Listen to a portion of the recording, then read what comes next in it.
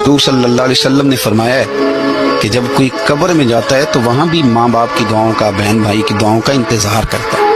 کوئی دعا مانگے سونی کر کے۔ اب آپ یقین کریں کہ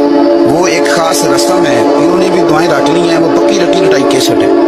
اور قبر پر فاتحہ پڑھنے والوں نے بھی، چونکہ ہمیں تو توفیق نہیں نا کہ ہم کوئی دعائیں دو چار معصورہ دعائیں جو قرآن و سنت میں آئے ہیں وہ یاد کر لیں، تو ہم نے تو ڈیوٹی لگائی ہوتی ہے کہ فلاں صاحب آپ نے دعا مانگنی،